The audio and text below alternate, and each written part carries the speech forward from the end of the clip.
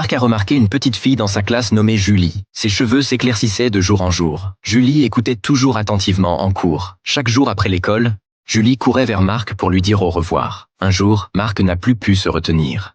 Marc a demandé à Julie pourquoi elle perdait ses cheveux. Julie lui a souri et lui a donné une réponse simple.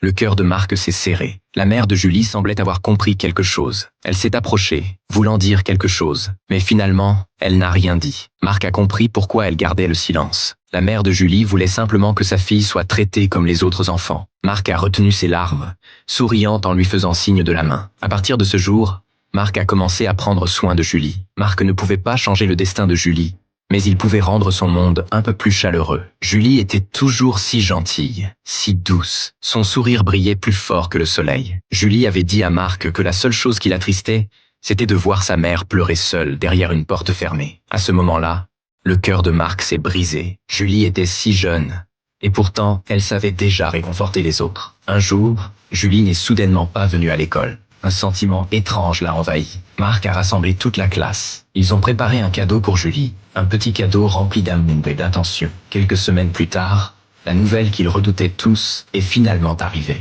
Lors des funérailles de Julie, tout le monde est entré dans l'église, sauf Marc. Marc est resté dehors. Il avait peur. Sa voix étrange briserait leur silence de deuil. Marc souffrait du syndrome de Tourette. Quand il était émotionnellement bouleversé, il ne pouvait pas contrôler les sons qu'il produisait.